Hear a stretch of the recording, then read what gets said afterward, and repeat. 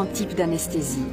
L'anesthésie générale et l'anesthésie loco-régionale, pour ne parler que des plus connues. Bonjour madame, madame Führer. Oui. Bonjour, nous sommes les anesthésistes. Et vous êtes ici dans le sens d'anesthésie, c'est là qu'on va vous préparer pour l'intervention.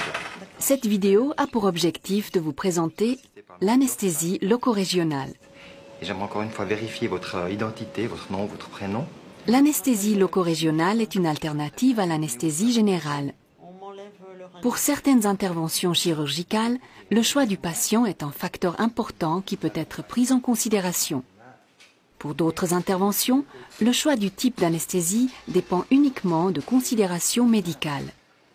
L'anesthésie loco-régionale est préférable dans certaines situations médicales, en cas d'insuffisance respiratoire, chez la personne âgée ou encore chez la femme enceinte lors d'une grossesse à terme. Il existe plusieurs types d'anesthésie loco-régionale. L'anesthésie rachidienne ou péridurale, qui permet l'anesthésie du bas du corps. L'anesthésie par bloc nerveux périphérique. Le nerf peut être bloqué au niveau de son tronc. On peut ainsi anesthésier toute une jambe, par exemple. Le nerf peut aussi être bloqué au niveau de l'une de ses racines. On peut alors anesthésier seulement une partie de la jambe. Mon nom est Schiffer, je suis anesthésiste. Et je vous vois à la demande de mes collègues orthopédistes qui vous ont proposé une intervention sur le genou droit. Voilà. Une arthroscopie. Tout à fait. D'accord. Donc je vais revoir avec vous votre histoire médicale. L'anesthésie loco-régionale et l'anesthésie générale ont à peu près les mêmes effets. Éviter la douleur et produire un relâchement musculaire qui facilite le travail du chirurgien. Donc je vais reprendre quelques points avec vous. Ensuite, je vais vous examiner. Le risque anesthésique est inhérent aux patients et aux maladies dont ils souffrent, ainsi qu'à l'acte chirurgical lui-même. Les effets secondaires d'une anesthésie loco-régionale sont principalement des nausées, une chute transitoire de la tension artérielle ou encore des difficultés à uriner dans la période post-opératoire immédiate. Des maux de tête ou des troubles respiratoires peuvent également apparaître, mais dans de très rares cas. Il n'y a pas de sécurité supérieure clairement démontrée de l'anesthésie loco-régionale en comparaison de l'anesthésie générale.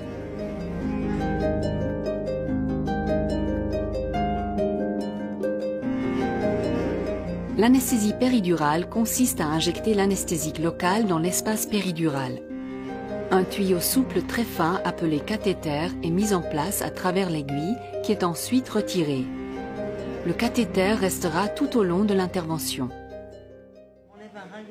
Comme pour toute anesthésie, le médecin et l'infirmier anesthésiste commencent par la mise en place d'une perfusion, d'une surveillance du rythme cardiaque, de la tension artérielle et de la respiration.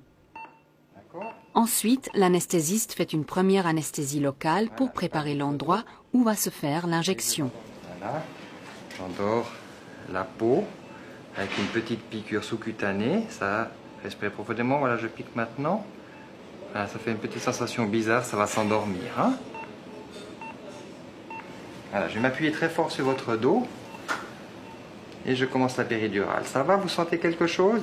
Tout va bien. Parfait. Ensuite, l'anesthésiste procède au repérage de l'espace péridural. Vous sentez toujours un poids dans votre dos, mais vous n'avez pas mal, n'est-ce pas? Voilà, j'ai repéré l'espace péridural. Vous ne bougez pas, je suis bien en place. Je vais mettre... Un cathéter souple est ensuite inséré dans l'espace péridural.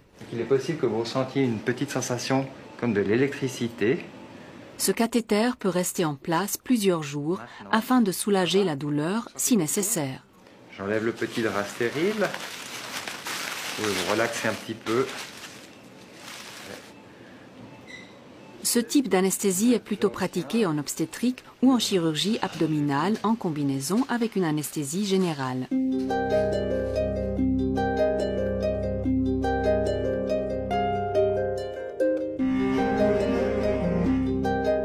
L'anesthésie rachidienne ou spinale consiste à injecter un anesthésique local dans le liquide qui baigne la moelle épinière. L'aiguille qui sert à l'injection est ensuite retirée. Il ne vous reste plus rien dans le dos. Ce type d'anesthésie est plutôt pratiqué en chirurgie orthopédique ou urologique. Voilà. La première chose que je vais faire, c'est que je vais nettoyer la peau avec du désinfectant qui est un peu froid. Attention, c'est froid, hein? Ça va? Ça va bien, oui. Très bien. Si quelque chose ne va pas, si vous ne vous sentez pas bien, ou bien si vous avez mal, vous me le dites, mais essayez de bien garder la position. Il faut que je ne perde pas les repères. Alors, à présent, je vais coller un drap stérile et autocollant sur votre dos. Est-ce que des douleurs pourraient survenir durant l'intervention? Non, en aucun cas on ferait l'acte chirurgical si vous n'étiez pas parfaitement confortable. Les techniques loco-régionales n'ont pas un taux de succès de 100%. Il arrive dans de rares cas que l'on doive compléter par une anesthésie générale. De toute façon, quoi qu'il arrive, vous serez parfaitement confortable. Je repalpe votre dos avec mes doigts. Voilà. Et je fais l'anesthésie spinale. Est-ce que vous avez mal? Vous sentez quelque chose?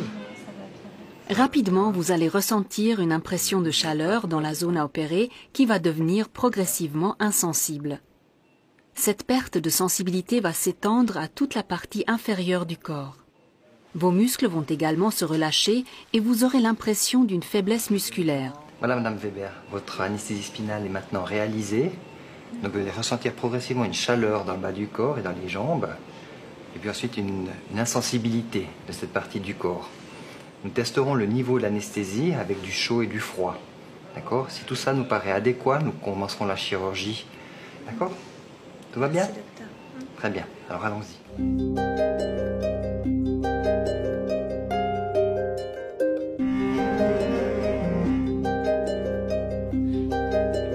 Comme pour toute anesthésie, un goutte à goutte est mis en place. Il permet, le cas échéant, de vous administrer tous les médicaments nécessaires à gérer les complications susceptibles d'apparaître durant l'intervention chirurgicale. Le médecin injecte des anesthésiques locaux à proximité des nerfs du bras. Pour rechercher ces nerfs, l'anesthésiste utilise un neurostimulateur raccordé à l'aiguille de l'injection. Vous allez donc ressentir une petite impulsion électrique stimulant les nerfs. Votre main va bouger légèrement. Si ça fait mal, vous dites. D'accord. Ce sont des impulsions très faibles.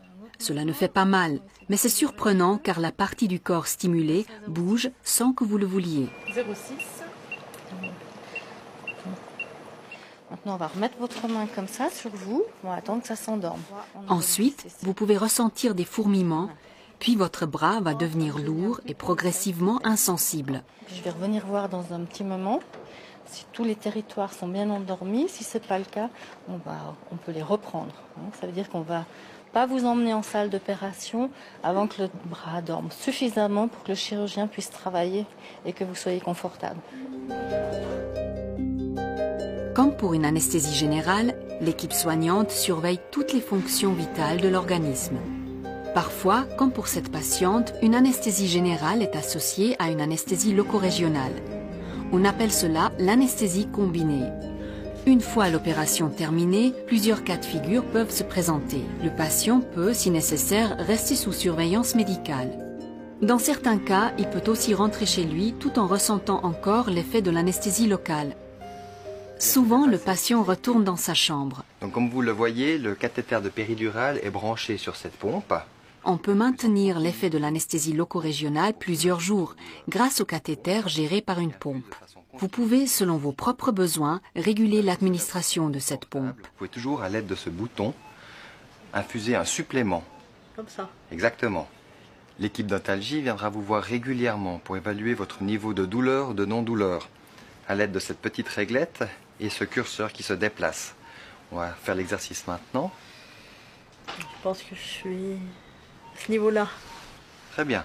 Donc c'est une douleur à 2,5 sur 10, ce qui est raisonnable. Mais si malgré cela vous étiez inconfortable, vous pouvez toujours administrer une dose supplémentaire. D'accord? Et l'opération d'hier s'est bien déroulée? Ça a été, oui. Très bien. Ben, je vous souhaite une bonne suite et un prompt rétablissement. Au revoir, madame. Au revoir, docteur.